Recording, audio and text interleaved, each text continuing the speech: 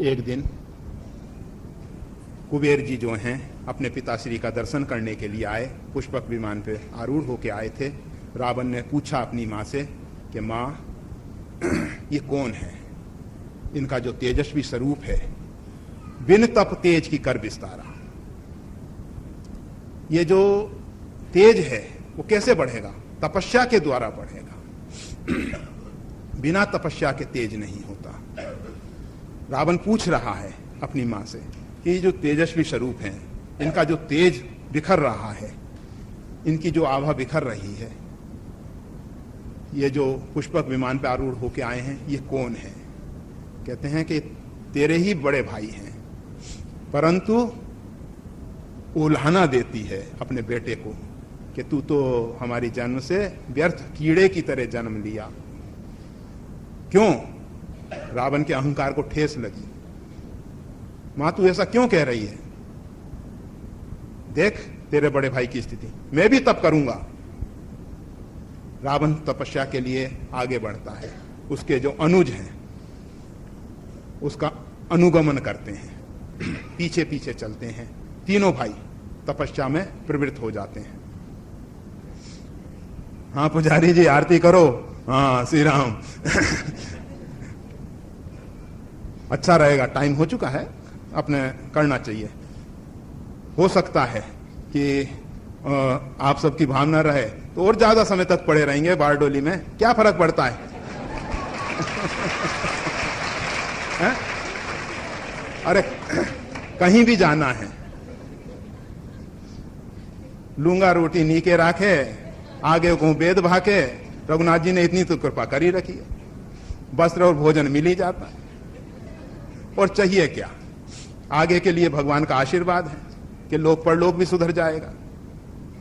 इतनी कृपा जब उनकी है तो बारडोली में रह जाएंगे, क्या फर्क पड़ता है? ज्यादा समय रह जाएंगे। अरे राम राम, देखो हाँ, संत कभी झूठ नहीं बोल सकता। राम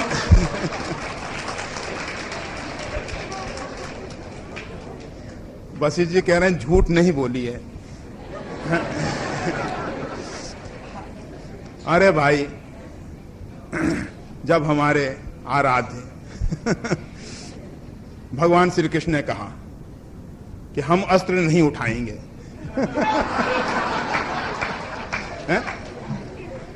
परंतु हुआ क्या? उन्होंने देखा कि भक्त के ऊपर संकट आ गया है।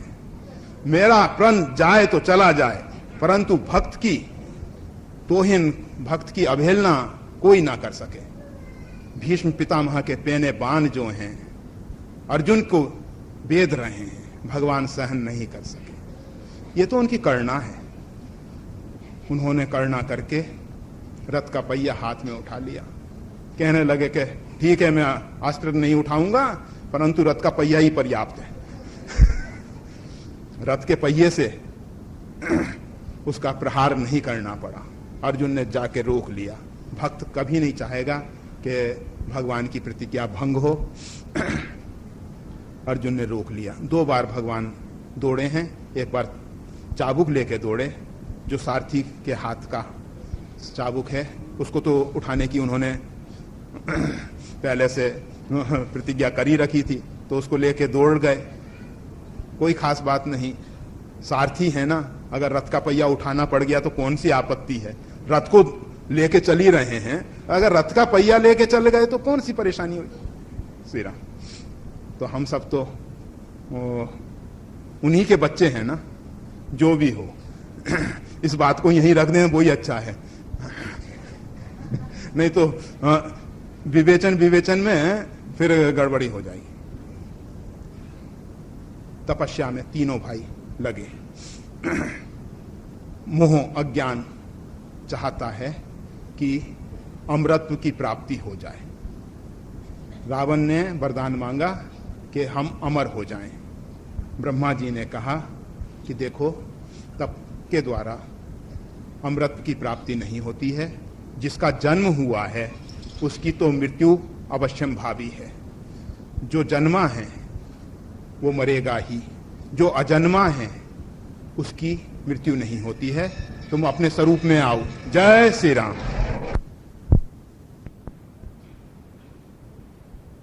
श्री राम। लिखा है, सदगुरुदेव ने राम मंत्र दे दिया लेकिन मन लगता है कृष्ण मंत्र में, तो क्या करना चाहिए? एक सत्पुरुष का कहना है कि सदगुरुदेव ने जो मंत्र दिया है उस मंत्र की एक माला जप लेना चाहिए। अन्य समय में खुद की पसंदगी का मंत्र जपना चाहिए, ऐसा उनका कहना है। उस बारे में आप श्री का विचार मत क्या है, बताने की कृपा करें।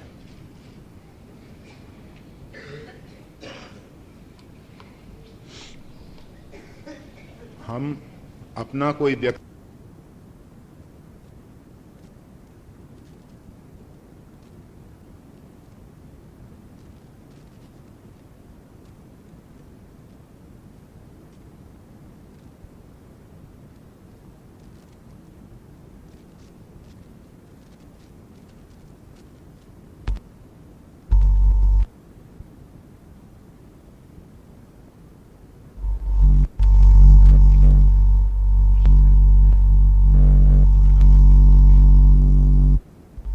उनका अनुराग अगाध है, दृढ़ है,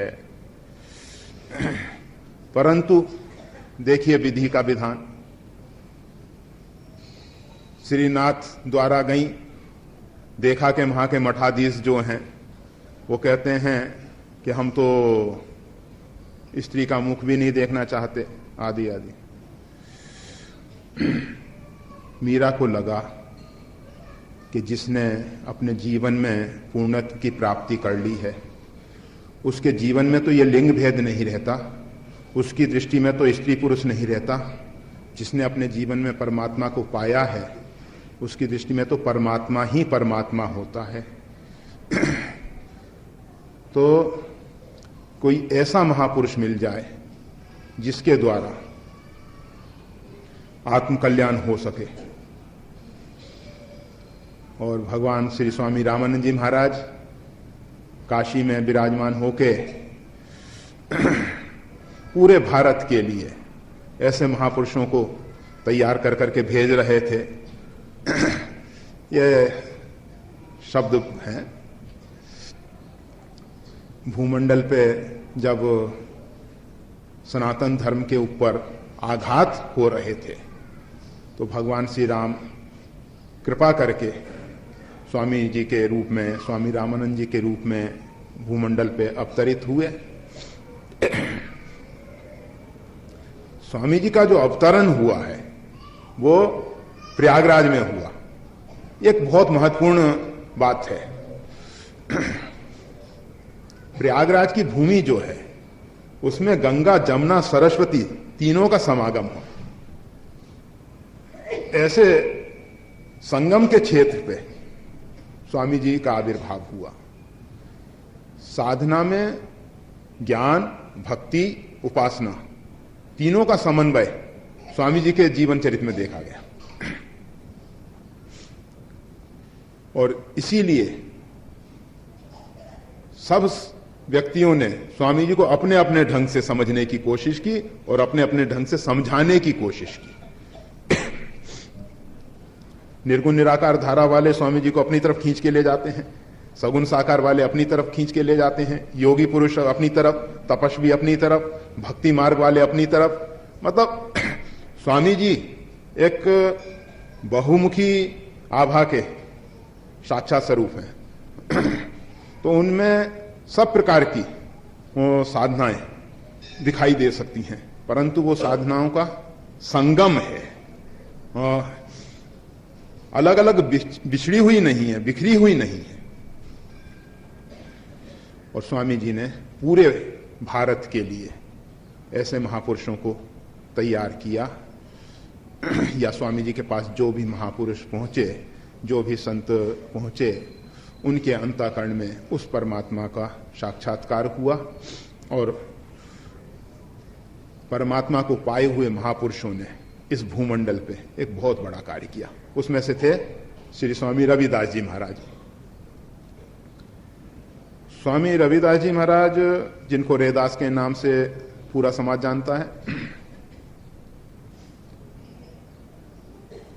मीरा के गुरु बनने, मीरा ने उनको गुरु रूप में अंगीकार किया, स्वीकार किया। स्वामी जी ने एक बड़ी भारी क्रांति लाई। उन्होंने बताया कि देखो, जिस प्रकार से परमात्मा क्षत्रिय घर में पैदा होने से क्षत्रिय नहीं हो जाते, मछली के यहां जन्म लेने से मीन रूप में जब अवतरित होते हैं तो मछली नहीं बन जाते, बारहा के रूप में आने से बारहा नहीं हो जाते, परमात्मा परमात्मा ही रहता है। इसी प्रकार से संत किसी भी घर में जन्म ले, वो संत का संत ही रहता है। भक्तमाल में भी आया है और भी अन्य जगह आया। तो रविदास जी का जन्म तो रविदास चमार के घर मतलब हुआ, परंतु परमात्मा की प्राप्ति होने के बाद उस समय तक की वर्ण व्यवस्था बहुत कठोर थी। आज तो सब लगभग टूट चुकी, परंतु उस समय जो वर्णाश्रम धर्म के कट्टर समर्थक थे वो इन सब बातों को सहन नहीं कर सकते थे। मीरा ने जब देखा कि इन्हीं महापुरुषों के द्वारा मेरा कल्याण हो सकता है, अब देखिए महापुरुष मीरा जी को राम मंत्र देते हैं, और मीरा जी ने स्पष्ट कहा भी है, पायो जी मैंने राम रतन धन पायो, वस्तु अमोल दी मेरे सदगुरु, कृपा कर अपनायो। ऐसा नहीं कि जबरदस्ती बुला के मंत्र दिया हो, कृपा कर अपनायो। मेरे में ऐसी कोई योग्यता नहीं थी जिससे वो मेरे को स्वीकार कर लेते, वो तो उनकी करुणा थी, कृपा थी जो मेरे को वरण किया, स्वीकार किया, अंगीकार किया। तो कहने का मतलब यह है कि रविदास जी चाहते तो कृष्ण मंत्र भी दे सकते थे, अष्टाक्षरी या अष्टादश अक्षरी, और नहीं तो द्वादश अक्षर वाला कोई भी मंत्र दे सकते थे। उनके पास मंत्रों की कमी तो नहीं होगी। सत्संग में हमेशा रहे हैं, संतों के बीच में रहे हैं, मंत्रों के विषय में जानकारी रही होगी। परंतु उन्होंने राम मंत्र ही दिया। क्यों? मंत्र के विषय में कुछ रहस्य हैं, उनको समझ लेना चाहिए। जो मंत्र परंपरागत इष्ट से प्रारंभ होके हम तक पहुंचते हैं, उनमें शक्ति अधिक होती है, कारण उनका जप बहुत अधिक हो चुका है। इष्ट परंपरा से प्रारंभ हुआ, सीतानाथ समारंभम, और बीच के आचार्यों के द्वारा उसको और शक्ति मिली, फिर हमारे सदगुरुदेव तक, फिर हम तक आया। तो उसमें मतलब शक्ति बहुत होती है, बहुत अधिक जपा हुआ मंत्र है, और उसके जप की जो धारा है टूटी नहीं है। अगर जप की धारा टूट जाती है तो मंत्र की शक्ति में कुछ अंतर आ सकता था, परंतु धारा अनवरत बह गई ही है, एक रस बह के चली है वो धारा, इसलिए वो मंत्र ज्यादा प्रभावशाली होते हैं, उन्हीं मंत्रों को देने का अधिकार होता है। दूसरे मंत्र वो हैं जिन मंत्रों को साधक ने साधना में ऊंचे स्तर पे जाके साक्षात्कार किया, देखा। इसीलिए वैदिक मंत्रों के ऋषि दृष्टा हो गए। वैदिक मंत्र तो अनादि है और ब्रह्म के द्वारा वो प्रकट हुए, ब्रह्मा के द्वारा कहो या ब्रह्म के द्वारा कहो। मंत्र जितने भी हैं वो सबसे पहले अपने परमात्मा की इच्छा से ही प्रकट हुए हैं। फिर वो कोई भी शब्द को बिना सुने तो आप नहीं बोल सकते। अगर ब्रह्मा जी को मंत्र मिला होगा तो कहीं ना कहीं से सुनाया गया होगा, तभी तो वो बोल सके होंगे। तो जो उसके आदि हम नहीं खोज पाते, इसलिए हमने उसको परमात्मा के साथ जोड़ दिया कि वो अनादि है और परमात्मा से ही प्रकट हुआ है। यथार्थ भी है, समझ में आने लायक बात है, यथार्थ है। तो जो मंत्र परमात्मा से प्रकट हुए और आकाश में शून्य में स्थित हैं। जब ऋषि शून्य में स्थित होता है तो बहुत से मंत्रों का उसको साक्षात्कार होता है, उसका वो ऋषि दृष्टा कहलाता है और उन मंत्रों को भी देने का अधिकार है। पुस्तकों में सब मंत्र लिखे मिल जाते हैं, परंतु पुस्तकों के लिखे मंत्रों से कल्याण नहीं हो पाता। मंत्र के शब्द, मंत्र के अक्षर मंत्र नहीं होते। खाली शब्द और अक्षर, उनके साथ जो चेतन शक्ति है वही मंत्र का कार्य करती है। शायद आप सबको पहले सुनाया होगा, एक दिन अकबर ने बीरबल से कहा कि भाई ये गायत्री मंत्र बता दो, सुनते हैं तुम्हारे गायत्री मंत्र की बहुत बड़ी महिमा है। बीरबल ने तुरंत कहा कि गायत्री मंत्र तो सिर्फ अधिकारियों को ही प्राप्त हो सकता है, अनधिकारी को तो नहीं दिया जा सकता। कहा कोई बात नहीं, हम अनधिकारी हैं,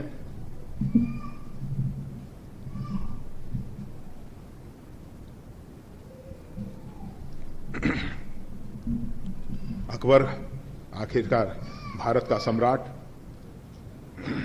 उसमें भी बुद्धि बहुत थी। देखा कि कहां कमजोरी है, देखा कि ब्राह्मणों में किसी में है, किसी में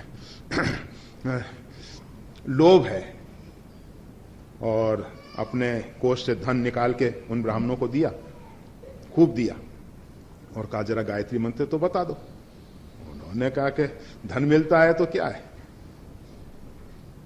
गायत्री मंत्र बता दिया। बीरबल के सामने अकबर ने बताया कि लो तुम नहीं बताया तो क्या हुआ, ये है गायत्री मंत्र। बीरबल ने कहा कि ये मंत्र आपको नहीं प्राप्त हो सका, सिर्फ अभी मंत्र के अक्षर ही हाथ लगे हैं। अगर गायत्री मंत्र आपको प्राप्त हो जाता तो आपकी बुद्धि पवित्र हो जाती, आप परमात्मा के तेज का ध्यान करने लग जाते और आपके द्वारा कोई भी असद कार्य नहीं हो पाता। जो आप अपने आप में अभिमान से, अहंकार से फूल के कह रहे हो कि मेरे को मिल गया गायत्री मंत्र, ये गायत्री मंत्र मिलने का लक्षण नहीं है सिर्फ। तो पुस्तकों में मंत्र लिखे हैं, मंत्र के अक्षर, मंत्र के शब्द आप सब पकड़ लोगे, परंतु मंत्र में जो चेतना है उसको तो जिन महापुरुषों ने उस चेतना का साक्षात्कार किया है उसी से पा सकोगे, और वही मंत्र कल्याणकारी है। एक ऐसी व्यवस्था दी गई है कि अगर मान लीजिए कोई मंत्र परंपरागत जपने वाले व्यक्ति नहीं मिल सके, अनुष्ठान करना ही है, ऐसी परिस्थिति में क्या किया जाए, तो 8 ब्राह्मणों के द्वारा उसका जप कराया जाए, उनको दक्षिणा इत्यादि के संतुष्ट किया जाए, फिर उनसे मंत्र सुन लिया जाए और फिर उसका जप किया। मतलब स्वेच्छा से जप करने का कोई विधान है ही नहीं। जहां तक मंत्र जप की विधियां हैं, बिना दीक्षा के मंत्र जो है प्रभावशाली नहीं होते। फिर भी इन्होंने जो प्रश्न किया है, राम और कृष्ण में कोई भेद नहीं है, राम ही कृष्ण हैं, कृष्ण ही राम हैं।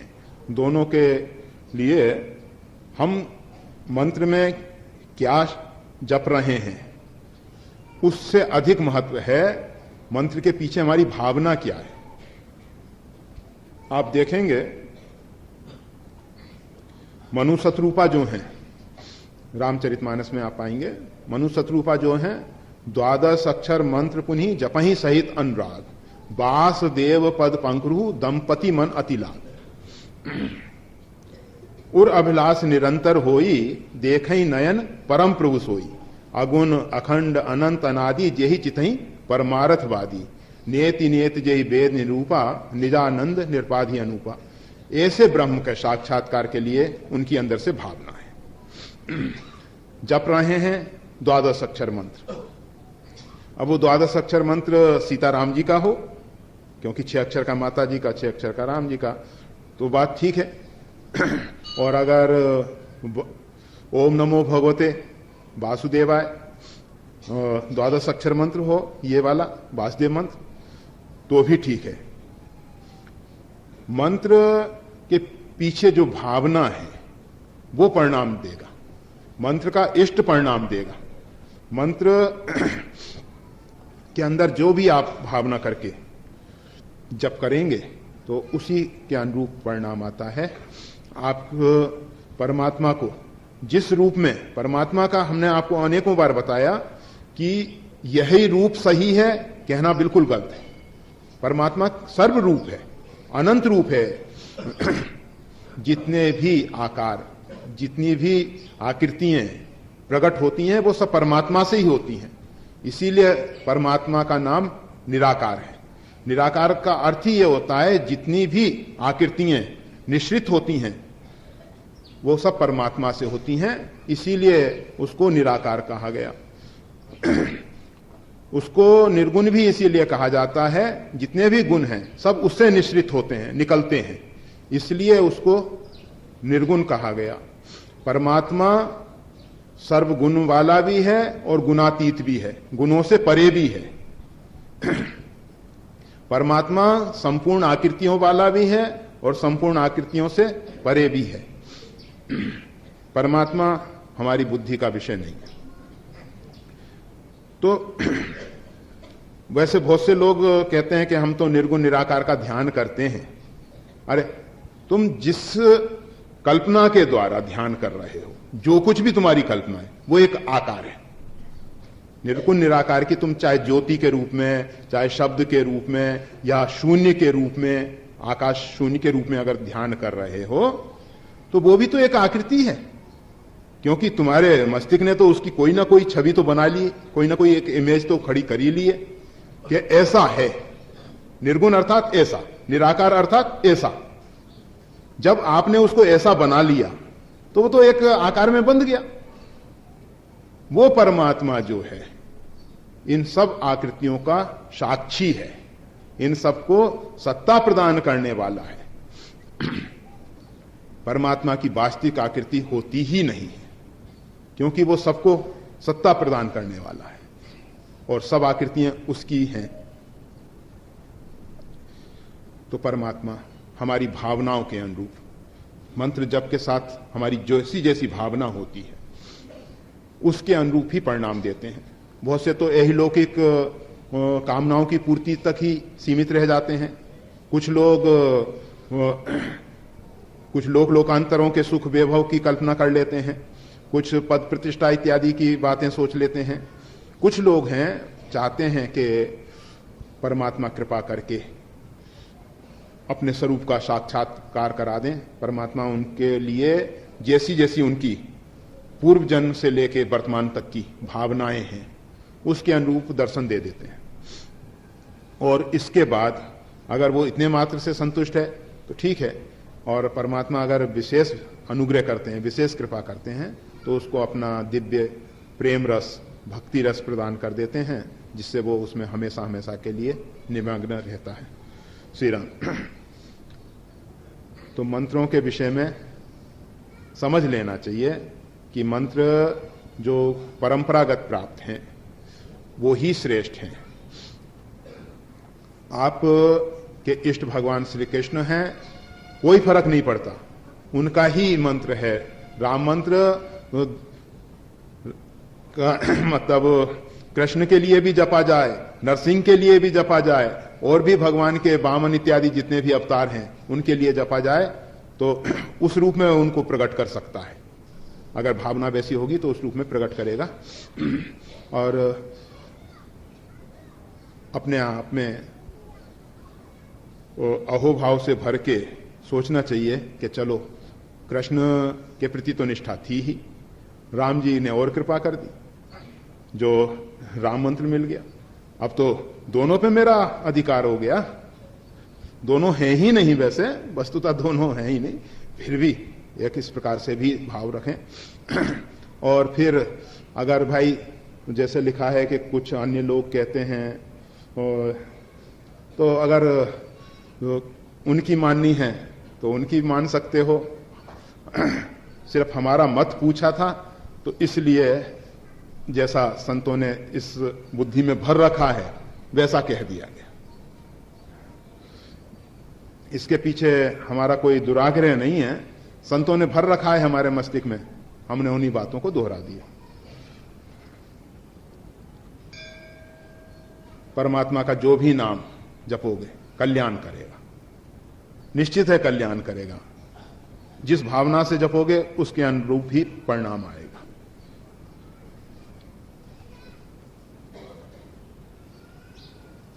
श्री कृष्ण भगवान ने गीता में अर्जुन को क्षेत्रज्ञ का समझाया है। इस बारे में आपके मुखारबिंद से थोड़ा सा बताने की कृपा करें।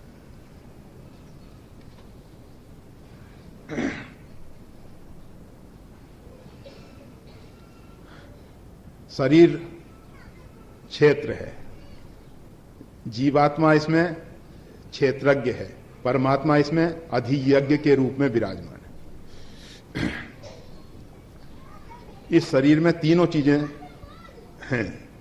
शरीर से पूर्व क्षेत्रज्ञ के रूप में जीवात्मा का अस्तित्व है।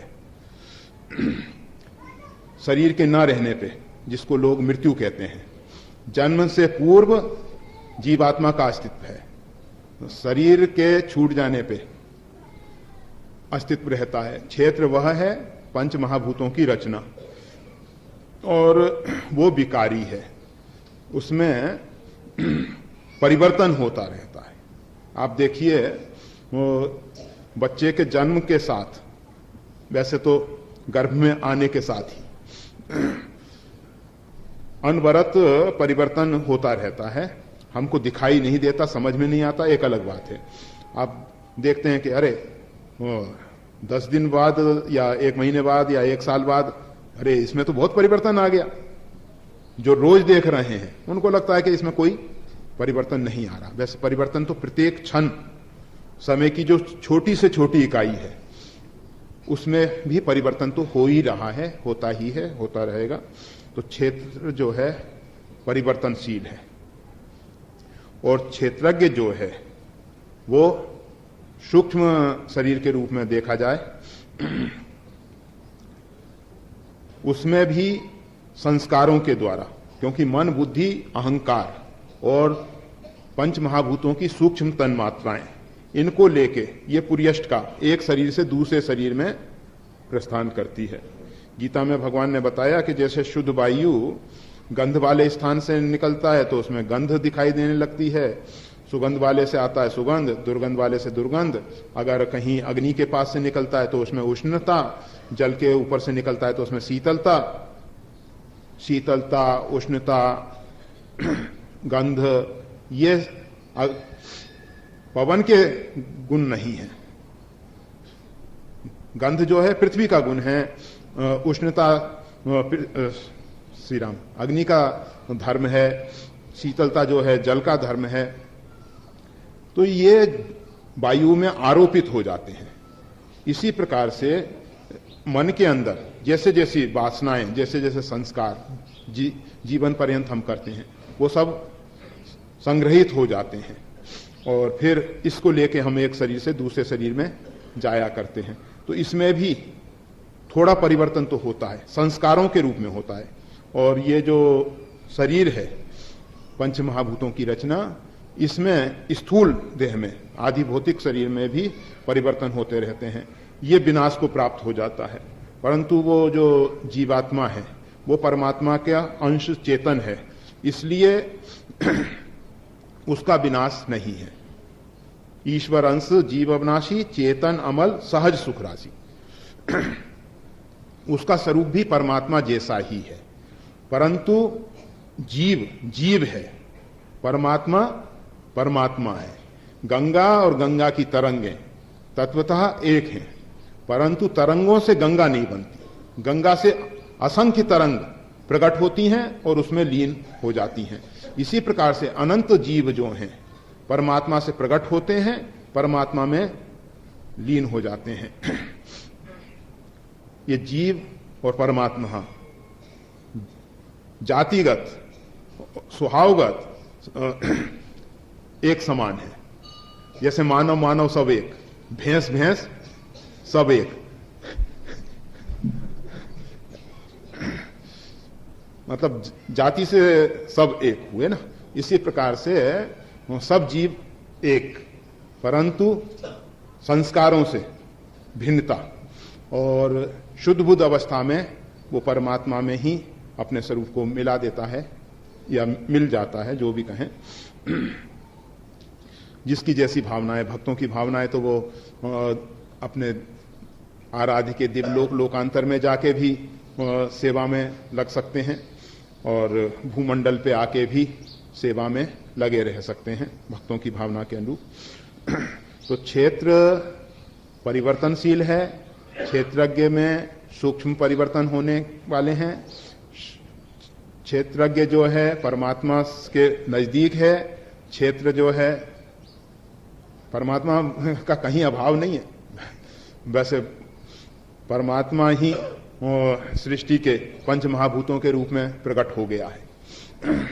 ऐसा नहीं कि ये पंच महाभूत अपने आप में स्वतंत्र हों, फिर भी जीवन में जैसा देखा जाता है कि ये रूपांतरित होते रहते हैं, इसलिए क्षेत्र और क्षेत्रज्ञ को भिन्न भिन्न कहा गया है।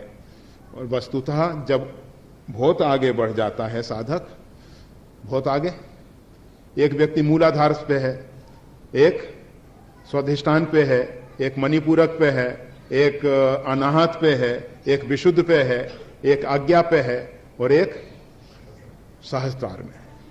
तो जितने ऊंचाई से देखेगा, आप भूमंडल से बहुत ऊंचाई पे खड़े हो गए, पृथ्वी से बहुत ऊंचाई पे, तो आपको पृथ्वी हरी भरी बिल्कुल साफ सुथरी दिखाई देगी।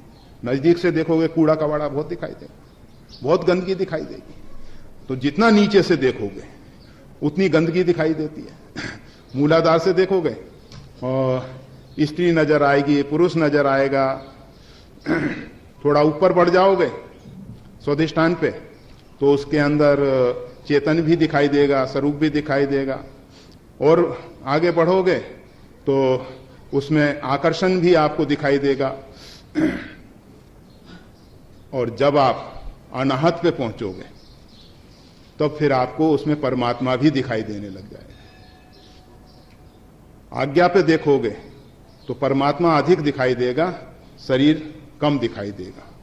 और सहस्त्रार में देखोगे तो परमात्मा ही परमात्मा दिखाई देगा, दूसरा कुछ दिखाई ही नहीं देगा। ये दृष्टि है, जिस स्तर से देख रहे हो उसी स्तर से दिखाई देता है। तो ऋषियों ने तो देखा कि ब्रह्मात् किंचिन न विदिते, परमात्मा के अतिरिक्त दूसरी सत्ता है ही नहीं। सहस्त्रार में है ना, वो काफी ऊंचाई पे है। और हम सब जहां खड़े हैं, अगर हमको अभी व्यक्ति दिखाई दे रहे हैं, व्यक्ति में परमात्मा नहीं दिखाई दे रहा है, समझ लो कि अभी मणिपूरक से नीचे का काम है। और अगर उसमें परमात्मा दिखाई देने लग गया है तो श्री राम।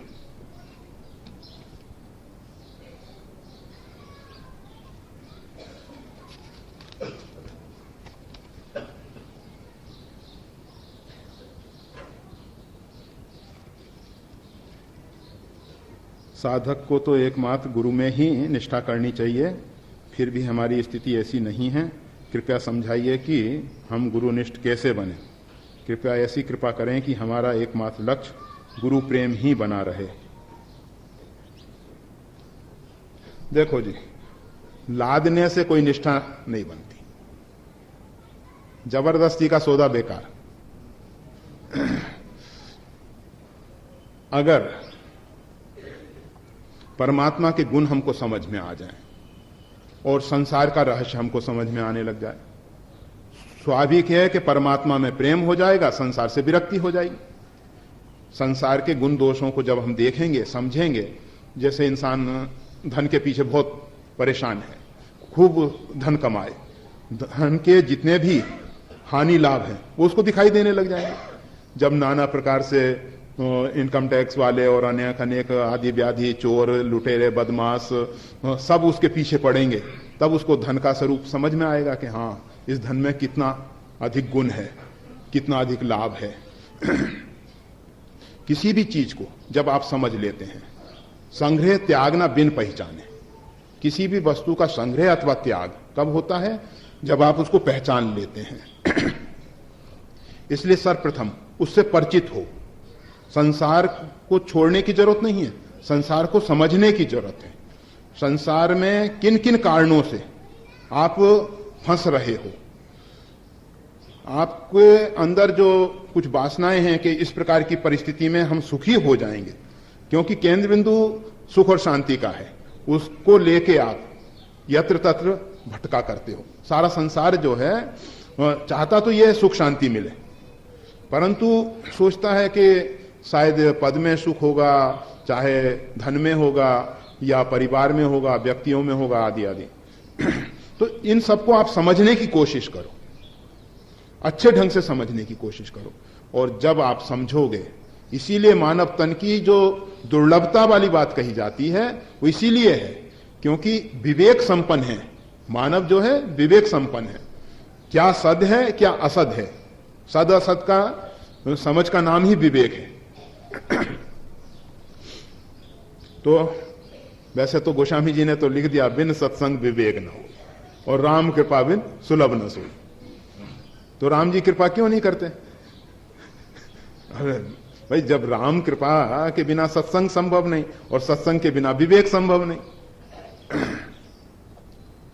राम जी तो कृपा करते हैं, परंतु हम उस कृपा को ठुकरा रहे हैं, उस कृपा को नहीं चाह रहे हैं। हम चाहते हैं, जैसे एक बच्चे को माता पिता तो चाहते हैं कि अच्छा सुसंस्कृत होके एक आदर्श मानव बने, परंतु वो तो अपने चॉकलेट, टॉफी और खेल कूद इनमें ज्यादा रुचि ले रहा है। अब माँ क्या करे? माँ तो उसको जबरदस्ती लाने की कोशिश करती है, टॉफी भी देती है, चॉकलेट भी देती है, खेल भी खेलने देती है, फिर भी उन सब के साथ साथ इच्छा यही रहती है कि बच्चा सुसंस्कृत हो, अच्छे संस्कार वाला हो। इसी प्रकार से परमात्मा तो चाहते हैं कि जीव जो है सुसंस्कृत बने, परंतु ये जो इन सब चीजों में रच पच रहा है, इस कारण से राम कृपा को नहीं समझ पा रहा है। तो भगवान ने व्यवस्था दोनों दे रखी है। बहुत बार कहा गया है कि सत्संग जो है सब ही सुलभ, सब दिन सब देशा, सब देश में सबके लिए सुलभ है, परंतु सत्संगत दुर्लभ संसारा, सत्संग दुर्लभ हो गया। इतना सुलभ होते हुए भी, जैसे सूर्य का प्रकाश सबके लिए सुलभ होते हुए भी उल्लू के लिए दुर्लभ है, इसी प्रकार से सत्संग जो है सबके लिए सुलभ है, परंतु दुर्जनों के लिए दुर्लभ है। सत्संगत को दुर्लभ दुर्जनों के लिए, सुलभ सज्जनों के लिए। अगर हम जो भी अपने को मान रहे हैं, अगर सत्संग मिल रहा है, कहने लग जाओगे, कोई नहीं चाहेगा कि हम दुर्जन बने। सब कहेंगे नहीं नहीं, हम तो सज्जन है, हमें तो सत्संग खूब मिला है भाई, खूब किया है सत्संग। अरे सत्संग किया होता तो निश्चित है विवेक हो गया होता। ऐसा कहने से नहीं चलेगा कि सत्संग खूब किया। अगर हमारे जीवन में विवेक नहीं हुआ है तो निश्चित समझ लेना चाहिए कि अभी सत्संग नहीं किया। सत्संग का तो परिणाम आएगा ही, अग्नि है तो उसका परिणाम आएगा, प्रकाश दिखाई देगा, उसकी ऊष्मा गर्मी दिखाई देगी। सत्संग है तो सुनिश्चित है कि विवेक होना ही चाहिए, और विवेक हो जाएगा तो परमात्मा में अनुरक्ति होगी ही और संसार से विरक्ति होगी ही। करना नहीं पड़ेगा, ये करने वाली बात अच्छी नहीं। जबरदस्ती आप कब तक करोगे? इस मन को कब तक समझाने की कोशिश करोगे? नहीं मानने वाला है। हो हारियो, गोस्वामी तुलसीदास जी ने कहा हम तो हार गए। बड़े बड़े ऋषि महर्षि हार गए, हजारों वर्ष तक जप तप अनुष्ठान किए, परंतु ये मन नहीं मान सका। कहा कि प्रभु आप ही मनाएंगे तब मानेगा। हम तो हार चुके हैं। श्री राम। तो कहने का मतलब यह है कि ऊपर से लादा हुआ ज्ञान ज्ञान नहीं है, लादा हुआ विवेक विवेक नहीं है, निष्ठा निष्ठा नहीं है। आप गुरु तत्व को समझें और फिर उसके लिए ये नहीं कहना पड़ेगा कि निष्ठा हो ही जाएगी, क्योंकि लगेगा कि वास्तविक में गुरु ही एक ऐसा माध्यम है जो जिन संतों ने पाया है तो उनको तो जरूर लगा है कि हम अपने आप में इस योग नहीं थे कि परमात्मा का नाम भी ले पाते, परमात्मा की तरफ झुक भी पाते, परंतु ये तो सदगुरुदेव भगवान की ही कृपा बरसी जो हमको हठात बलपूर्वक हट ही हट अधम उधारे। ये जो जबरदस्ती वाला काम है ना, हट हट अधम उधारे, तो भगवत कृपा परमात्मा जो है वो ही कृपा करके बलात् इस मन को परमात्मा में लगाते हैं या गुरु में लगाते हैं, एक ही बात है। श्री राम। एक ही बात का मतलब अर्थ समझ लेना, आप सब भी भगवान के अवतार हो। हाँ, अगर कोई कहे कि गुरु और संत ही भगवान के अवतार हैं, सिर्फ ऐसा नहीं, आप सब भी हो, परंतु कोई भूला हुआ है, कोई समझ रहा है, कोई के अंदर प्रकट है, कोई के अंदर अव्यक्त है, छिपा हुआ है। श्री राम। तो अच्छी बात है, गुरु के प्रति निष्ठा कैसे बढ़े समझने की जरूरत है, और समझ आएगी तो निष्ठा अपने आप बढ़ेगी। समझ के लिए भी अपना प्रयास पर्याप्त नहीं है, अपना पुरुषार्थ पर्याप्त नहीं है, इसलिए प्रार्थना। प्रार्थना का सही अर्थ ये होता है, रटी हुई प्रार्थना प्रार्थना नहीं होती। प्रार्थना अंदर से प्रकट हो, और वो कब प्रकट होती है? जब किसी कार्य करने में आप अपने आप को असमर्थ पाते हो, तब प्रार्थना अपने आप प्रकट हो जाती है। आप हिमालय में चढ़ रहे हो, ऊंची चढ़ाई है, सीधी, बीपी बढ़ गया, शरीर की हालत बेकार हो रही है, आप समझ गए कि शरीर मतलब पैर इत्यादि साथ नहीं दे रहे हैं चलने में, एक कदम आगे नहीं बढ़ पा रहे हैं। फिर अंदर से एक प्रार्थना कि प्रभु आप ही हमको कृपा करके वहां पहुंचा सकते हैं, हम में किसी प्रकार की सामर्थ्य नहीं है, ना तो शारीरिक बल है, ना मानसिक बल है, ना अन्य कोई बल है। और जब इस प्रकार की स्थिति होती है और प्रार्थना प्रकट होती है, तो वो प्रार्थना सुनी जाती है और उस पे परमात्मा की तरफ से कृपा होती है। तो साधना के क्षेत्र में भी जब साधक सब प्रकार से टूट जाता है कि मैं जप तप अनुष्ठान कुछ नहीं कर सकता, मैं आपका नाम भी नहीं ले सकता, शरणागति का रहस्य तो मैंने जाना ही नहीं है, फिर भी मैं आपकी शरण में आ गया। शरणागति का रहस्य मैं नहीं जानता, फिर भी सब प्रकार से मैं असमर्थ हूं और इसलिए मैंने आपकी शरण ली है। तब परमात्मा कृपा करते हैं। मतलब कृपा तो सदैव कर ही रहे हैं, परंतु इस परिस्थिति में विशेष लाभ मिल जाता है। तो अंदर से प्रार्थना हो, रटी रटाई प्रार्थनाएं नहीं, अंदर से जीवंत प्रार्थना हो, चेतन प्रार्थना हो, जड़ प्रार्थना ना हो, खाली शाब्दिक ना हो, परावाणी से प्रकट हो, नाभि से शब्द निकले। श्री राम।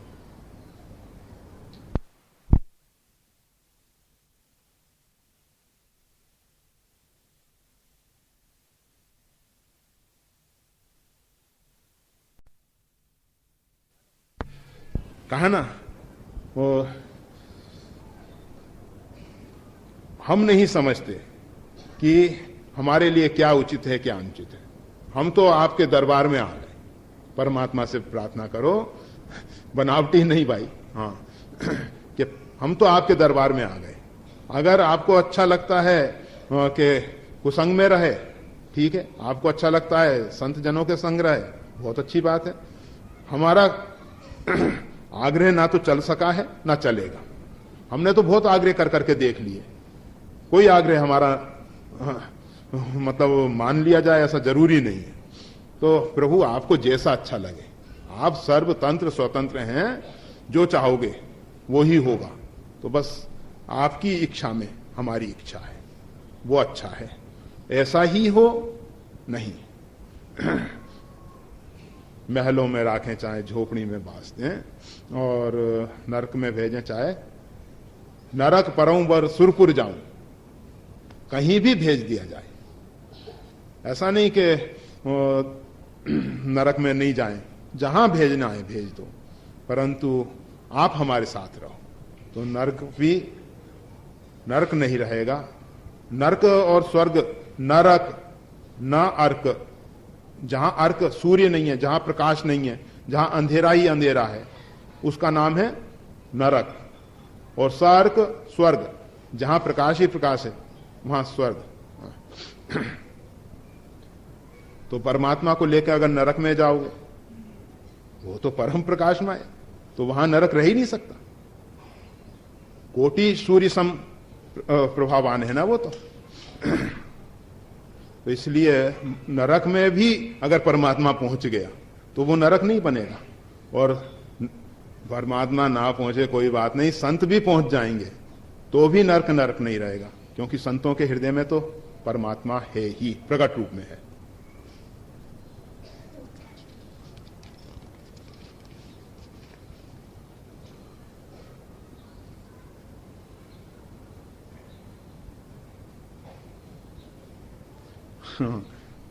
इसमें प्रश्न नहीं है, सिर्फ इतना ही लिखा है, गुरु ब्रह्मा गुरु विष्णु गुरु देवो महेश्वरा गुरु साक्षात पर ब्रह्म तस्मै श्री गुरुवे नमः। गुरुजी, मैं आपको सादर प्रणाम करती हूं, मेरा प्रणाम स्वीकार कीजिए। कर लिया? जय श्री राम। इसके आगे कोई और अपेक्षा है? जब हम भगवान को प्रणाम करने जाते हैं तो हम सब करबद्ध हाथ जोड़ लेते हैं। ये बड़ी अच्छी पवित्र व्यवस्था हमारे भारतीय ऋषियों ने दी। और दूसरे जगह दोनों हाथ जोड़ के प्रणाम करने की व्यवस्था नहीं है। किसी भी मजहबों में आप जाके देखोगे, सिर्फ हिंदू सनातन धर्म एक ऐसा है, वो दोनों हाथ जोड़ के प्रणाम करने वाली बात करता है। क्यों? दोनों हाथ जोड़ने का अर्थ होता है जितने भी द्वंद्व हैं दोनों जुड़ जाएं, सुख दुख पाप पुण्य दिन रात साधु असाधु जाति कुजाति आदि आदि। उसके बाद हम परमात्मा की शरण में जाते हैं, जहां दोनों से ऊपर उठने की बात है। अगर द्वंद्व के अंदर द्वंद्व को अलग अलग लेके नहीं चलना है, साथ में जोड़ के फिर परमात्मा के दरबार में पहुंचो। उस स्थिति में परमात्मा के सामने करबद्ध हो। दोनों इसके अर्थ हैं। करबद्ध का एक अर्थ यह है कि द्वंद्वातीत अवस्था में पहुंचना, द्वंद्वों को एक साथ जोड़ के। दूसरा अर्थ यह भी होता है, कर हाथ जो है कर्म का प्रतीक है, तो मैं कर्म करने में सक्षम नहीं और अब आपके द्वार पे आ गया। इस प्रकार से प्रार्थना हो, अपना अहंकार टूटे गले, और इस प्रकार से ही नमस्कार होना चाहिए भाई। खाली कागज में लिख के नमस्कार वाली बात नहीं चलेगी। जय श्री राम। स्वीकार तो कर लिया, ऐसा नहीं कि स्वीकार नहीं किया, फिर भी अगर व्यवस्थित करोगे तो अच्छा होगा ना। अरे नहीं साष्टांग कर सकते तो कम से कम हाथ तो जोड़ो, इतना तो करना ही चाहिए। हम कहते हैं दंडवत दंडवत, अरे दंडवत नहीं भाई, दंडवत हो जाओ। शाब्दिक दंडवत का कोई महत्व नहीं, शरीर से डंडे की तरह पड़ जाओ। डंडे में अपना बल कुछ नहीं है। जिस प्रकार से व्यक्ति चाहे उसको उठाए, पड़े रहने दे तो पड़े रहने दे। हम तो स्वयं उठ जाते हैं, हमको नहीं लगता कि परमात्मा उठाने वाला है। सोचते हैं कब तक पड़े रहेंगे। हम तो 3 बार इधर उधर उड़ाया। जय श्री राम। और उठ गए। हाँ, तो प्रणाम स्वीकार किया, परंतु प्रणाम करने के साथ नमन झुकना ही चाहिए। अहंकार झुके, मस्तिष्क झुके, हाथ जुड़ें, साष्टांग पड़ें, प्रणिपातेन, तब जाके प्रणाम होता है। अगर खाली खाली शब्दों से मन मोदकन की भूख बुताई, अरे मन के लड्डुओं से कहीं भूख मिटने वाली है? भाई लड्डू तो खाओगे तभी भूख मिटेगी ना। इसी प्रकार से प्रणाम की एक प्रक्रिया जो है वो होगी, तभी परिणाम आएगा। अरे बहुत लंबा है। पूज्य स्वामी जी, सवाल देश के लिए है। देश के लिए है भाई, हमारे लिए नहीं है। स्वामी जी, आज इस देश की और हिंदुओं की जो हालत इस देश के शासन कर्म ने बनाई है, इसको देखते, इसको सुनते दिल रो उठता है और शरीर कांपने लगता है कि मैं हिंदू होके भी देश के लिए कुछ नहीं कर सका, क्योंकि ऐसे गद्दारों के हाथों में देश की धुरा पहले थी, अभी भी है, जो पैसों के लिए, निजी स्वार्थ के लिए अपनी मां और बहन को भी दुश्मन के हाथ बेच रहे हैं, और देश का कुछ हिस्सा भी दुश्मन के हाथ हो चुका है। तो आप कुछ उपाय बताइए कृपा करके। मैं क्या और सोचा हूं, क्या कर सकें? मेरी आर्थिक हालत भी अच्छी नहीं है, और इस समाज में पहले स्थान पैसे को ही दिया गया है। पैसे के बिगैर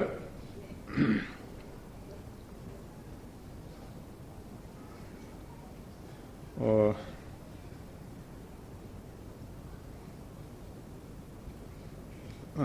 पता नहीं क्या लिखा, पैसे के बगैर भी सच्चा और प्रमाणित होगा इंसान। हाँ, पैसे के बगैर इंसान कितना भी सच्चा और प्रमाणित होगा, वो उसको कहीं कुछ नहीं, ऐसा कुछ समझ में आता है।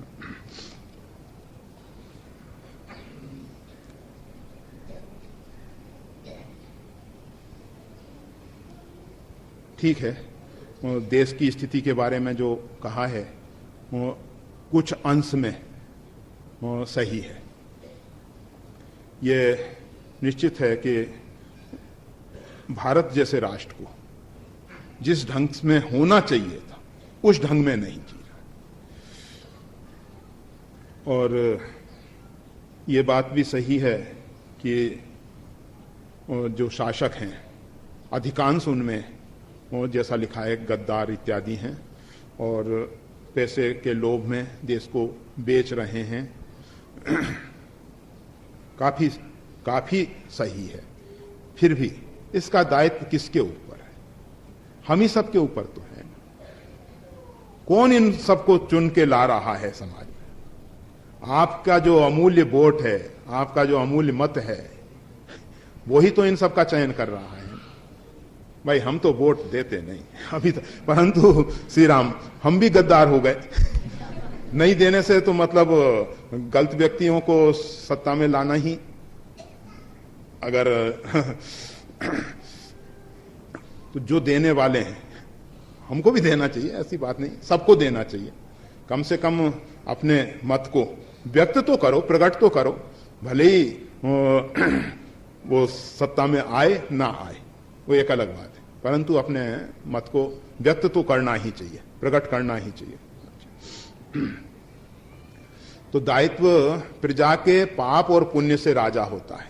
शासक जो है वो हम सबके कर्मानुसार ही आता है, क्योंकि उसके राजा होने से हम सबको जो उत्पीड़ना होनी है, हम सबको जो दुख और क्लेश मिलना है, वो हमारे कर्म का फल है। इसीलिए वो शासन में आया है। अगर अच्छे शासक आएंगे तो हमको इतना दुख उतारना नहीं मिलेगा, हमको दुख भोगना है, इसीलिए हमारे शासक ऐसे हो रहे हैं। मतलब प्रजा के पाप और पुण्य से ही राजा होता है। अपने सद्विचारों को प्रकट करना चाहिए। उसके साथ साथ परमात्मा के बल से, अपने बल से नहीं, अपनी सामर्थ्य से नहीं, जहां तक बन सके उस रूप में क्रियाएं भी करनी चाहिए। ठीक है कि जिसके हृदय की वेदना है उसके पास अर्थबल नहीं है। जरूरी नहीं है कि अर्थबल होने से ही सब कुछ बनता हो। आप सबको मालूम है कि लाल बहादुर शास्त्री जो इस राष्ट्र के 18 महीने तक प्राइम मिनिस्टर रहे और उससे पूर्व होम मिनिस्टर थे, उससे पहले रेलवे मिनिस्टर आदि आदि, मतलब लंबे समय तक मिनिस्ट्री में रहे और प्राइम मिनिस्टर भी बने और 18 महीने तक सिरा। तो उनकी एक दिन वो दयनीय स्थिति थी, पढ़ने के लिए जाते थे तो नदी को पार करने के लिए तैर के जाना पड़ता था, ये नहीं कि पैसा दे के नाव से पार हो सके। इतनी दयनीय स्थिति में, और होम मिनिस्टर होने पे भी एक बार विदेश जा रहे थे, होम मिनिस्टर थे या रेलवे मिनिस्टर थे जब की बात, नेहरू जी के साथ जा रहे थे तो नेहरू जी का कोट पहनने के लिए लेना पड़ा, उनके पास नहीं था। मतलब तो पैसे की बात जो लिखी है, बिना पैसे वाले भी इतने ऊंचे पदों तक पहुंच सके हैं।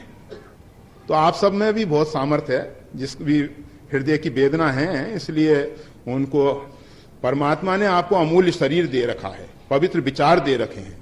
इन दोनों के सहारे आप संकल्प शक्ति को दृढ़ कीजिए, अपनी विल पावर को बढ़ाइए, इच्छा शक्ति को प्रबल कीजिए और आप पाएंगे कि आप संसार को रूपांतरित कर सकते हैं। तप में तो वो शक्ति है, वो सामर्थ्य है कि विश्वामित्र दूसरी सृष्टि का सृजन कर सके। रावण ने पूरे देवताओं को अपने यहां बंदी गृह में बंदी बना लिया, कहा कि हमारी इच्छा के अनुरूप तुमको चलना पड़ेगा। हम कहते हैं कि राहु केतु और शनि मंगल बुध क्या करेंगे ये? जो रघुवीर सहाय करें, फिर कौन बिगाड़ करे नर तेरो। परमात्मा का बल लीजिए, तपस्या कीजिए और अपनी इच्छा शक्ति को प्रबल कीजिए। धन के अभाव में बहुत कुछ बड़ी शक्ति आपके अंदर प्रकट हो सकती है और उस शक्ति से आप जो चाहें, जैसा चाहें वैसा कर सकते हैं। अच्छा ये है कि एक दूसरे को दोष ना दें, हम अपने आप को देखें, अपने आप को सुधारने की चेष्टा करें, अपने आप में शुद्ध विचारवान बने, परिवर्तन आने की संभावना है। हम अगर समाज को सुधारने की चेष्टा करेंगे तो समाज सुधरने वाला नहीं है और समाज के कारण हम बिगड़ जाएंगे। इसलिए अच्छा ये है कि अपने आप को सुधारा जाए, अपने आप को सबल बनाया जाए और निर्बल हैं तो निर्बल के बलराम, परमात्मा निर्बलों के हैं, दीन के परमात्मा हैं, दीन बंधु हैं। इसलिए परमात्मा का संबल लेके, परमात्मा का सहारा लेके कार्य करें, अच्छा होगा। देश के विषय में ये वेदना जो भी संवेदनशील व्यक्ति हैं, जो भी थोड़ी समझ रखते हैं, उनको होती तो है ही, ऐसा नहीं है कि नहीं होती, परंतु समस्याएं जब रावण इत्यादि बहुत अत्याचार कर रहे थे, बहुत अधिक अत्याचार कर रहे थे, उस समय भी ऋषि समुदाय जो था उनके ऊपर भी अत्याचार हो रहा था, परंतु उन्होंने कहीं रावण के सामने जाके कोई आंदोलन नहीं छेड़ा, कोई क्रांति नहीं लाई। वो देख रहे थे कि परमात्मा का जो काल चक्र है, जो लीला चक्र है, वो इस प्रकार से चल रहा है और इस समय परमात्मा ही सहायक है। तो अच्छा ये है कि परमात्मा से प्रार्थना करें, परमात्मा को अपने हृदय में प्रकट करने की कोशिश करें और इस समस्या का निदान परमात्मा ही कृपा करके निकालेंगे। हम ये नहीं कह रहे कि अकर्मण्य होकर बैठ जाओ, चुपचाप बैठ जाओ, ये वाली बात नहीं कह रहे हैं। इसका हल निकलेगा, जरूर निकलेगा, परंतु अपने शक्ति से नहीं, परमात्मा की शक्ति से। उस परमात्मा की शक्ति को अपने अंदर प्रकट होने दो, प्रकट करने के लिए चेष्टा करो, परमात्मा कृपा करें। जय श्री राम। श्री राम। संसार से वैराग्य और परमात्मा से प्रेम, यही साधना का सार है। ये बात समझ में तो आती है, किंतु बार बार प्रयास करने पर भी पाया जाता है कि संसार की माया अति प्रबल है, कैसे छूटे। इससे लगता है इससे तो केवल आप ही छुड़ा सकते हैं। परमात्मा में प्रेम बढ़े, ऐसी कृपा अवश्य करें।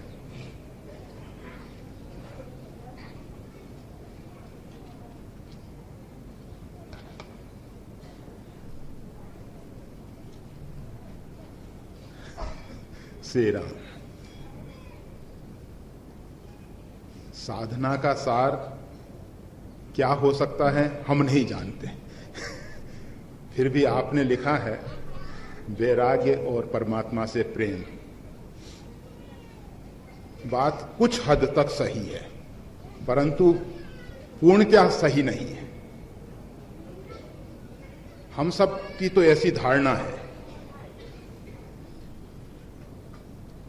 जीव जब तक कुछ भी करने में समर्थ है, अगर वो सोचता है कि हम में वैराग्य आए, परमात्मा के श्री चरणों में प्रेम हो, तो इसका सीधा सा एक अर्थ निकल रहा है कि उसकी बुद्धि अभी कार्य कर रही है और उसकी बुद्धि का यह निर्णय है, उसने अपनी समझ के अनुसार एक निर्णय ले लिया। परंतु साधक उस स्थिति में पहुंच जाता है, उसको लगता है कि मैं अपने जीवन में कोई निर्णय नहीं ले सकता, मेरी बुद्धि जो है वो अपने आप में पंगु है, जो भी वो निर्णय लेगी वो सही होंगे जरूरी नहीं है, आवश्यक नहीं है। हाँ, अगर परमात्मा का निर्णय है तो वो सही होगा। अगर परमात्मा ऐसे हमारे अंदर भाव पैदा कर रहा है तो वो जरूर सही होंगे। परंतु अगर हमारे विचार हैं ये और हम हैं तो सब गलत है, हमारा अस्तित्व ही गलत है, हमारी सत्ता ही गलत है। हम नाम की जो सत्ता है, मैं नाम की जो सत्ता है, ये ही अपने आप में भ्रांत है, गलत है। ये संतों ने जो बारंबार वैराग्य की बात की है, परमात्मा के श्री चरणों में प्रेम की बात की है, उनके जीवन में कुछ ऐसा घटा है, संसार से वैराग्य हुआ है। परंतु एक होने वाली वस्तु, वृक्ष पे फल लगा, पक गया, गिर गया, गिरने की घटना जरूर घटी। परंतु अगर हम पेड़ पे से फल तोड़ते हैं, वो तोड़ने की प्रक्रिया में और अपने आप पक के गिरने में बहुत अंतर है। जब वो परिपक्व हो गया उसके बाद वो नीचे आ गया, उसको आना ही था। परंतु हमने देखा कि पेड़ पे से जब फल नीचे आता है तभी वो अच्छा है, इसलिए उसको तोड़ लिया। तो वैराग्य स्वाभाविक हो बहुत अच्छा है, वैराग्य आरोपित हो, लादा हुआ हो, अच्छा नहीं है। हमने सुना कि वैराग्य की परिभाषा ये होती है, अनुश्रवणिक, मतलब जो कानों से सुने हुए हैं, नेत्रों से देखे हुए हैं, शरीर से भोगे हुए हैं, इन तीनों प्रकार के जो भोग हैं, इनके प्रति आसक्ति न रहे, उसका नाम वैराग्य है।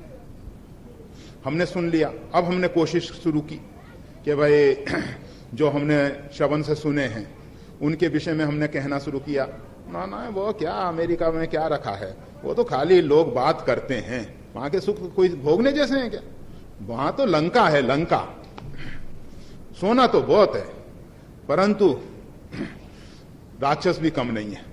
श्री राम, अच्छा नहीं। होता ये कि उसके गुण और दोष आपको समझ में आते, कि कल भी ये बात कही गई, हमेशा ये बात समझा रहे हैं, किसी भी वस्तु को विवेक से आप पकड़ो, आप पाओगे कि संसार के जितने भोग हैं आपात रमणीय हैं, परंतु हम कह रहे हैं इसलिए नहीं मानना आप सब, शास्त्र कह रहा है इसलिए नहीं मानना आप सब।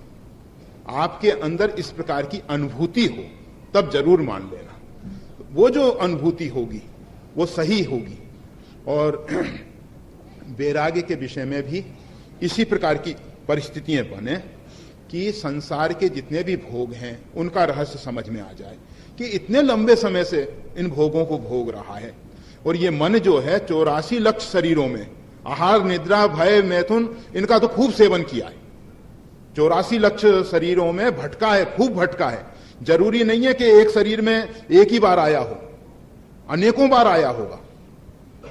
कितनी लंबी अवधि तक इसने भोग भोगे हैं, और आज भी मानव शरीर पाने के बाद जन्म से ही हमने माता का दुग्ध पान शुरू कर दिया, और उसके बाद आज तक कितना भोजन हम खा गए, कितना भगवान का प्रसाद हमने खा खा के बर्बाद कर दिया। होना तो ये चाहिए था, भगवत प्रसाद से हमारी बुद्धि शुद्ध हो जाती, परिष्कृत हो जाती, परंतु अभी भी हमको लोग कह तो देते हैं कि प्रसाद में पदार्थ बुद्धि नहीं होनी चाहिए, हम भी कहते हैं, परंतु मालूम कब पड़ेगा? अगर नीम की चटनी, नीम को पीस के, नीम की पत्ती को पीस के भोग लगा के दे दिया जाए तो मीरा पकड़ में आ जाएगी कौन है। मीरा के लिए हलाल बिछाया और उसने उसको चरणामृत करके पी लिया, निश्चित है कि उसका कुछ नहीं बिगड़ सका। और उसको शायद, हम तो नहीं जानते, परंतु लगता जरूर ऐसा है कि उसको ऐसा नहीं लगा होगा कि इसका स्वाद खराब है, उसको अमृत का स्वाद ही लगा होगा, बहुत रुचिकर स्वाद लगा होगा, बहुत अच्छा स्वाद लगा होगा उसको। परंतु हमारे सामने अगर नीम की चटनी आ जाए, नीम की चटनी तो बहुत आगे की बात है, ठाकुर जी के प्रसाद में नमक ज्यादा हो जाए हम नहीं ग्रहण कर पाते, मिर्ची ज्यादा हो जाए नहीं ग्रहण कर पाते। कहां प्रसाद बुद्धि है? अभी तक हमारे अंदर प्रसाद बुद्धि आई ही नहीं। तो हम ये कह रहे थे कि इतना लंबे समय से हम इतना खाते चले आ रहे हैं, और खाने के बाद अभी भी ये जीभ जो है स्वाद की तरफ ललायित होती है, स्वाद की तरफ जाती है, इच्छा करती है कि स्वादिष्ट रुचिकर पदार्थ मिले, और जब मिल जाते हैं तो छोड़ने की इच्छा नहीं होती, जरूरत से हम ज्यादा पा जाते हैं। हम देखें, एक दिन ऐसा भोजन करें जो खाली प्राकृतिक स्वरूप में हो, जैसे साग सब्जियां हैं उसी रूप में ले लें, अन्न इत्यादि को सीधा पका लें, उसमें कोई मिर्च मसालों का प्रयोग ना करें और उसको खाएं। वो हमारी जो खुराक है वो सही खुराक है, जितनी शरीर के लिए आवश्यक है उतनी खुराक है। अब उसमें दूसरे दिन नाना प्रकार के मिर्च मसाले मिला के फिर देखें कितनी बढ़ गई। अगर बढ़ती है तो आप सब समझ लीजिए कि अभी जीभ जो है स्वादों की तरफ आकर्षित है। हम कितने ही आहारों के द्वारा इसको संतुष्ट करने की कोशिश करें, कदापि नहीं कर पाएंगे। होई न विषय बैराग, भवन वसतवा चौथपन, चौथापन आ गया। और भोग भोगने वाला कौन? मनु, जो एक विश्व का सम्राट है, जिसके पास भोगों की कमी नहीं है, खूब भोगे, अच्छे ढंग से भोगे। कोई इंसान सोचे कि भोग भोगने से कभी ना कभी तो तृप्ति हो ही जाएगी, नहीं हुई। महाराज याति ने भी यही कहा है कि अगर एक व्यक्ति को पूरे भूमंडल का साम्राज्य सौंप दिया जाए और उनके द्वारा प्राप्त भोगों को देवताओं की आयुष से लंबे समय तक भोगता रहे, फिर भी बैराग नहीं होता। ये उन सब के अनुभव है, परंतु ये अनुभव हमारा हो जाए। जब तक ये अनुभव उधार लिए हुए हैं, दूसरों के हैं, ये बात सही है, संत भी कह रहे हैं, महापुरुषों ने अनुभव किया है, उनकी बात बिल्कुल सत्य है कि विषयों से बैराग्य होता नहीं है। अब हमको क्या करना है? विषयों के तत्व को तो समझना है, परंतु उसके साथ साथ जब एक बच्चे को चॉकलेट टॉफी में ज्यादा आसक्ति हो गई है तो उसको उससे कोई अधिक स्वादिष्ट पदार्थ दे दो, और जब वो समझ जाएगा कि ये स्वादिष्ट पदार्थ ज्यादा अच्छा है तो वो उसको फिर साथ छोड़ देगा। एक बच्चा है, खिलौनों से खेल रहा है, जब बड़ा हो जाता है तो खिलौनों के प्रति उसकी आसक्ति स्वाभाविक टूट जाती है। जिस खिलौने के बिना वो रह नहीं सकता था, जिस खिलौनों को अपने साथ में रख के सोता था, उसको लगता था कि इसके बिना नींद नहीं आती, वो खिलौनों के बिना वो आसानी से रह सकता है। क्या किया उसने? उसको एक समझ आई, उसको खिलौनों का रहस्य प्रकट हो गया कि इन जड़ खिलौनों से ये चलते फिरते खिलौने अच्छे हैं, तो इनको पकड़ने लगा वो। और इसी प्रकार से ये जीवात्मा जब ये अंदर से समझ जाएगा कि संसार के जितने भोग हैं इनमें रस नहीं है, रस एकमात्र परमात्मा में है, ये समझ अंदर से पैदा हो जाए। ये सब आपके लिए जितने भी नाम सुमरन की व्यवस्था है, सत्संग की व्यवस्था है, स्वाध्याय की व्यवस्था है, वो सब इसीलिए है, दोनों के रहस्य उद्घाटित हों, प्रकट हों, वैराग्य का रहस्य भी समझ में आए और परमात्मा के श्री चरणों के प्रेम का रहस्य भी समझ में आए, और प्रेम में फिर हम डूबने लगे। ये तो निश्चित ही है कि हमारा मन लंबे समय से विषयों का साथ किया है, तो उनको छोड़ना जल्दी नहीं चाहेगा, थोड़ा बहुत उनके प्रति आकर्षण रहेगा ही, परंतु जैसे जैसे परमात्मा में अनुराग बढ़ता चला जाएगा ये अपने आप छूटते चले जाएंगे, फिर इनको छोड़ने की जरूरत नहीं रहेगी। तो वैराग्य और परमात्मा के श्री चरणों में प्रेम होना चाहिए, जरूर होना चाहिए। परंतु पहली बात यह बताई गई कि साधना को हमने समझ लिया है, ऐसी बात मन से निकाल दो। परमात्मा हमको माध्यम बना के जैसा हमसे कार्य ले रहे हैं, इससे बड़ी साधना कुछ नहीं हो सकती। साधना में जो सहज अवस्था को सर्वोपरि अवस्था बताया गया है, सहज अवस्था, स्वाभाविक जो हो रहा है होने दें। तीर्थाटन, मंत्र जाप, स्वाध्याय, ध्यान, और फिर उसके बाद सहज अवस्था जो आती है, तो सहज अवस्था को सबसे श्रेष्ठ बताया गया है। सहज का अर्थ ही यह है कि आप निमित्त मात्र बने हुए हो, और निमित्त का भी अहंकार नहीं है कि मैं निमित्त बना हुआ हूं। आपको लग रहा है कि परमात्मा के इशारे से नाच रही ये कठपुतली मात्र है, ये शरीर जो भी है परमात्मा की इच्छा से नाचने वाला एक यंत्र है। यह शरीर भी उन्हीं के द्वारा दिया हुआ है, मन भी उन्हीं का है, बुद्धि भी उन्हीं की है, जितने भी संकल्प विकल्प आ रहे हैं, जितने भी विचार आ रहे हैं, सब उधर से ही आ रहे हैं, इसके अतिरिक्त कोई दूसरा है ही नहीं। इस प्रकार की जब भावना दृढ़ हो जाए तो वही साधना की उत्तम स्थिति है, वही सहज अवस्था है। तो अपने ये नहीं सोचना है कि हमको वैराग्य लाना है या परमात्मा के श्री चरणों में प्रेम करना है, हो अंदर से हो, और दोनों के रहस्य समझ में आने से कुछ चीजें छूटने जैसी हैं, छूटती हैं, कुछ चीजें ऐसी हैं पकड़ने जैसी हैं, पकड़ाई में आती हैं। तो उस प्रकार से परमात्मा के श्री चरणों में प्रेम हो और छूटने जैसी चीजें अपने आप छूट के गिर जाएं, हमको छोड़ना ना पड़े। उसी बच्चे की तरह जब बच्चे को समझ आ गई तो उन खिलौनों को भूल गया।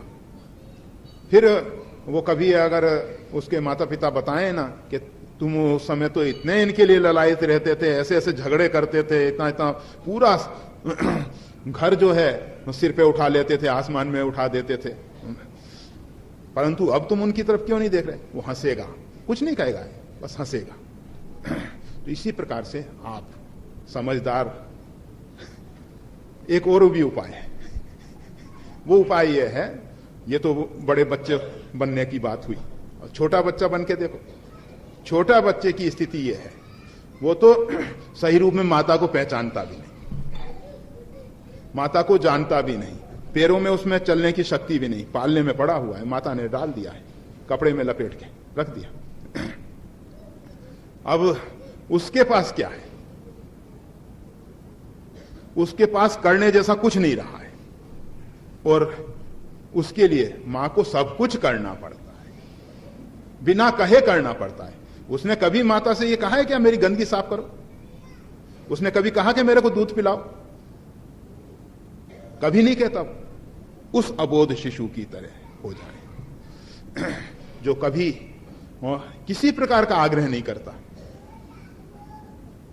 उस स्थिति में अगर हम आ जाएंगे तो भी सब बन जाएगा, फिर बनाना नहीं पड़ेगा।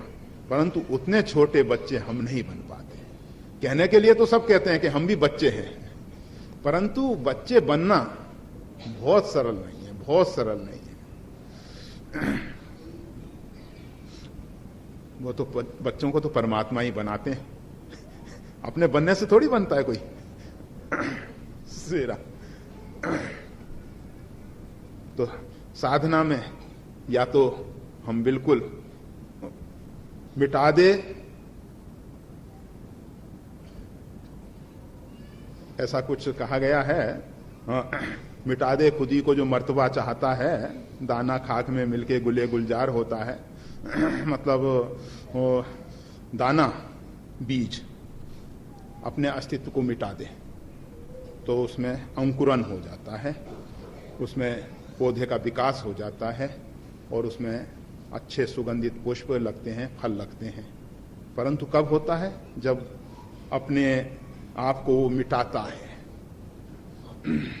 एक रास्ता दूसरा है, खुदी को कर बुलंद इतना, अपने आप एक तो मिटा दे खुदी को, ये खुदी अहंकार है, या तो अहंकार को मिटा दो या खुदी को इतना बुलंद करो वो खुद ही खुद रहे, खुदा ही खुदा रह जाए, उसके अतिरिक्त दूसरा कुछ रह ही ना जाए। मतलब सर्वम खलम इदम ब्रह्म, सब ब्रह्म ही ब्रह्म है, एकमात्र परमात्मा ही परमात्मा है। उस स्थिति में हम पहुंच जाएं। कहने के लिए बातें तो दोनों सरल लग रही हैं, परंतु दोनों बहुत बहुत कठिन है। अपनी खुदी को मिटाना भी बहुत कठिन है और अपनी खुदी को बुलंद करना भी, अपने समष्टि अहंकार में अपने आप को स्थित कर देना, व्यष्टि अहंकार से निकाल के। परंतु हम कहने के लिए कहते हैं कि अहम ब्रह्मास्मि सो अहम, परंतु स्थिति नहीं हो पाती। हमें लगता है ये दूसरा है, बात बिगड़ गई। अगर हम ब्रह्म हैं तो सभी ब्रह्म होने चाहिए। ज्ञानी की दृष्टि में अज्ञानी कोई होता ही नहीं। ज्ञान मान जहां एकौ नाही, देखई ब्रह्म समान जगमाई। ज्ञान की परिभाषा भगवान श्री राम ने बताई कि एक भी प्रकार की मान्यता नहीं है, सब प्रकार की जितनी मान्यताएं हैं टूट के गिर चुकी हैं। देखई ब्रह्म समान जगमाही, जगत को ब्रह्म के समान देखता है, ब्रह्म के सदृश देखता है, ब्रह्म के अतिरिक्त नहीं। हमारी दृष्टि में तो अभी ये सब नानत्व दिखाई दे रहा है। हम अपने आप को कहने लगे अहम ब्रह्मास्मि, बस ये एक बड़ी भूल हो गई। अगर उस स्थिति में पहुंचे हुए होते कि जगत हमको परमात्मा का स्वरूप दिखाई देता, सिया राम में जगत दिखाई देता, तो हम सिया राम बनते, बहुत अच्छी बात थी। परंतु पहले बन जाते हैं, पहले सोहम हो जाता है, वो अच्छा नहीं। अहम ब्रह्मास्मि अच्छा नहीं। उस स्थिति में अच्छा है,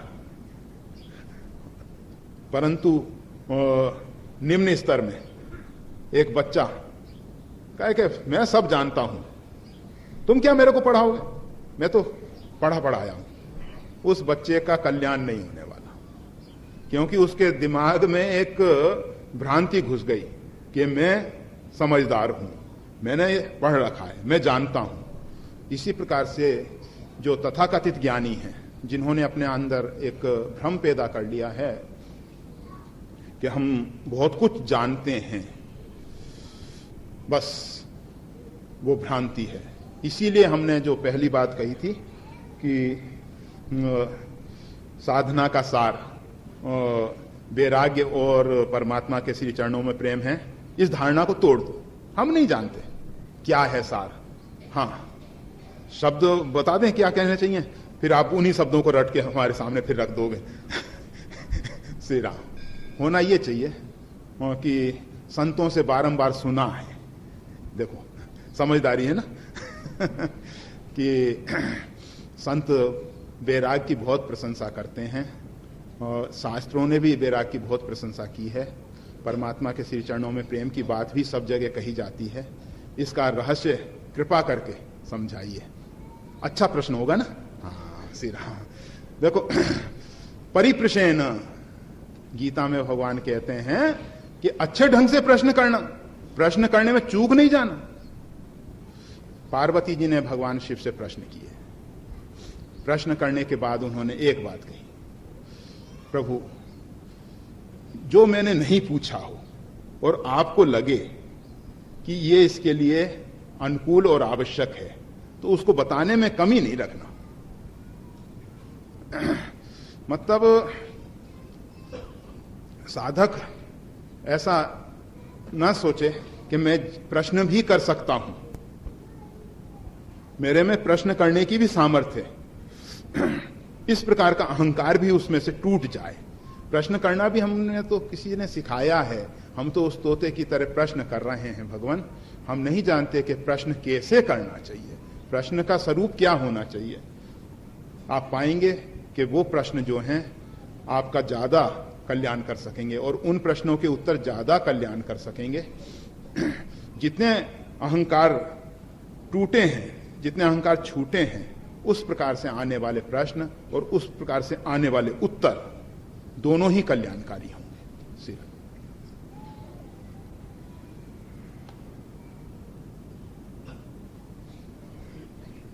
इसमें तो बड़े घोटाले हो चुके हैं, ये बात समझ में तो आती है। कोई बात नहीं है, सिर्फ हम तो उस कुम्हार की तरह प्रहार कर रहे हैं कि जो अंदर का टेका लगाए हुए ऊपर से बर्तन को या पात्र को बना रहा है। आप ऐसा मत घबराओ कि हम तोड़ने के लिए नहीं, हम किसी के उपेक्षा के लिए नहीं। हीरे को घिसने में कठिनाई तो बहुत होती होगी, परंतु चमक घिसने के बाद आती है। सोने को तपाने में सोने को कष्ट तो होता ही होगा, परंतु निखार तो तपने के बाद ही आता है। अच्छा है, लगे अंदर से लगने लगे कि कहाँ की समझ आई मेरे में। ये समझ तो इन्हीं सब संत महापुरुषों ने ही तो दी थी, उस परमात्मा ने ही तो दी थी। मैं तो अपने बल से इन संतों को भी नहीं समझ सकता था, इन संतों तक भी नहीं पहुंच सकता था। उस परमात्मा ने ही तो विधान बनाया जो आज मैं इन संतों के सन्मुख पहुंचा, इन संतों की वाणी सुनने का सुअवसर मिला। ये सब उसी की तो देन है, उसी परमात्मा। तो इस प्रकार के अंदर से भाव पैदा होने चाहिए कि जो कुछ खेल हुआ है वो सब उसका है, खेलने और खिलाने वाला वही है। उसी ने तो आज हमको इस स्थिति में पहुंचा दिया है, नहीं तो हमारी क्या स्थिति थी। हम भी उसी पामर जीव की तरह, उसी गधे की तरह विषयों में रचे पचे रहते और बारंबार लात खाते, बारंबार डंडा का प्रहार सहन करते और उसी संसार को भजते। परंतु नहीं, ये सब उस परमात्मा की करुणा है जो आज संतों के बीच में हमको लाके रख दिया। आज संतों की वाणी सुनने में हमको जो कुछ भी एक रस मिल रहा है या इच्छा पैदा हो रही है, ये सब उसकी करुणा ही तो है ना। श्री राम। किंतु बार बार प्रयास करने पर भी पाया जाता है कि संसार की माया अति प्रबल है, कैसे छूटे। इससे लगता है इससे तो केवल आप ही छुड़ा सकते हैं। परमात्मा में प्रेम बढ़े, ऐसी कृपा अवश्य करें। माया का स्वरूप और कुछ नहीं है। मैं और मोर, अहमता और ममता, ये माया है। ये सृष्टि माया नहीं है। परमात्मा की बनाई हुई सृष्टि बहुत अच्छी है। ये पर्वत, वन और नदियां, सरिताएं, जितना परमात्मा ने संसार बनाया, जीव जगत, सब अच्छा है। उसमें सिर्फ मैं और मेरापन, अहमता और ममता, वो किस दायरे में रहनी चाहिए उसकी भी आवश्यकता तो है ही। इसीलिए परमात्मा ने मैं और मेरे को बनाया है, अहमता और ममता को बनाया है। तो वो भी किसी हद तक सही हैं, जरूरी हैं, इसीलिए परमात्मा ने बनाया है। उसके बाद दूसरा जो अपना अस्तित्व समझ में जो आ रहा है वो सही रूप में समझ में आ जाए कि मैं इस संसार के व्यक्तियों का नहीं हूं। अभी तक लोग, बिंदु जी का एक पद है ना, सब कहते हैं तू मेरा है, तू मेरा है। सारा संसार कहता है कि तू मेरा है, परंतु मैं किसका हूं ये आप बता दो परमात्मा से। जो सारा संसार हमको अपना मान रहा है या हम सारे संसार को अपना मान रहे हैं, बस ये एक भ्रांति है। ये टूटे, क्योंकि हम ऐसे नहीं हैं। ये बात बहुत बार स्पष्ट की गई है कि जन्म से पहले हमारा जिसके साथ संबंध था, मृत्यु के बाद हमारा जिसके साथ संबंध होगा, वही सच्चा हमारा प्रेमी है, वही सच्चा हमारा संबंधी है। और ये जो रास्ते के संबंध हैं, ये तो ट्रेन में मिल गए। हम तो चाहते हैं ट्रेन में मिले तो वो अलग बैठे भाई, हाँ, साथ साथ बैठ के कोई संबंध ना जोड़ ले। और आप सब बातें शुरू कर देते हो। कहाँ के रहने वाले हो? हाँ, अरे सूरत के? हाँ। फिर पूछा, अरे वो तो हमारी मौसी ही है। एकदम संबंध जोड़ दे। दो चार बातें की। आप सब ये जो संबंध जोड़ रहे हो, जोड़ो, जरूर जोड़ो, परंतु हाँ, अब पहचाना आप भी उसी परमात्मा के अंश हो जिसके हम हैं। मां नहीं एक राम कर नाता। परमात्मा के नाते से सबके साथ जुड़ो, बहुत अच्छी बात है, परंतु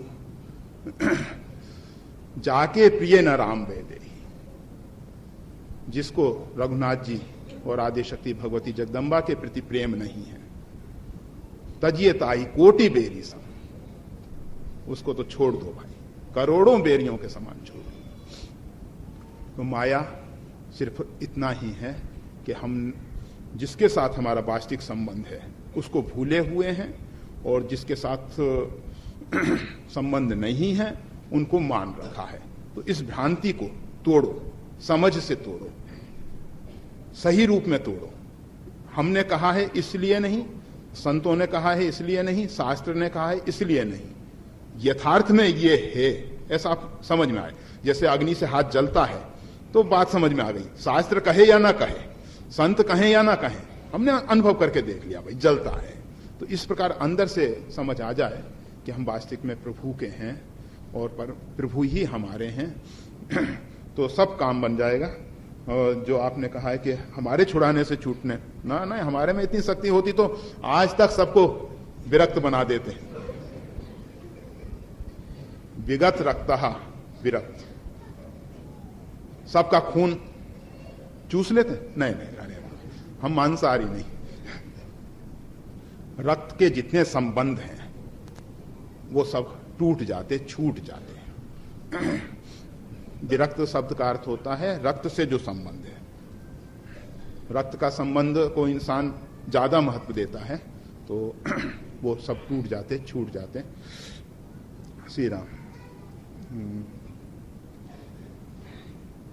परमात्मा में प्रेम बढ़े ऐसी कृपा अवश्य करें।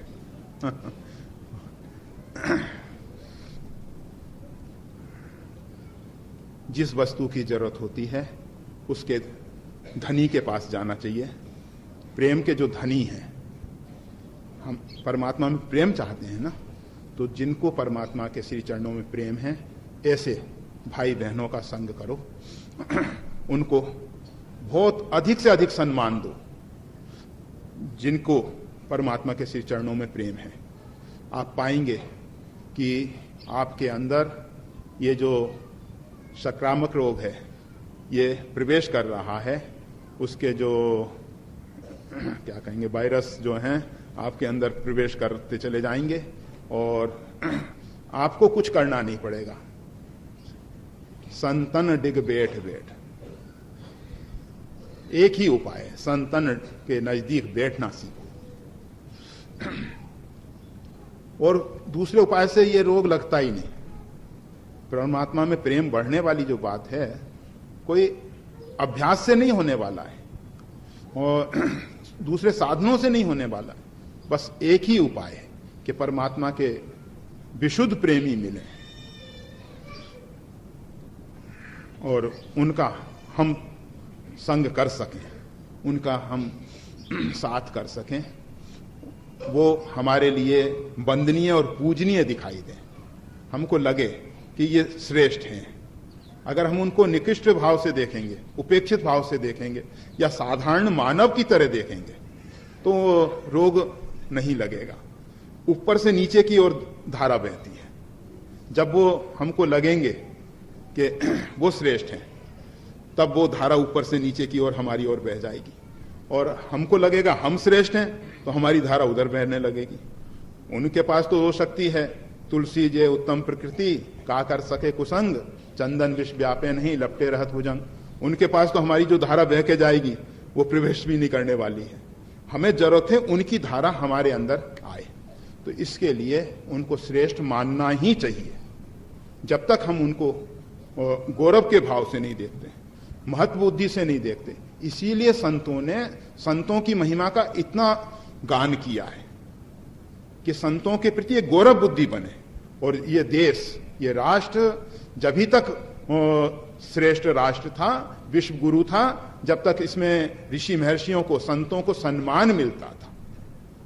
आज देश की स्थिति यह है कि जो संतों को सम्मान मिलना चाहिए, संत तो सम्मान के भूखे नहीं, परंतु हम अपने आप के साथ अन्याय कर रहे हैं।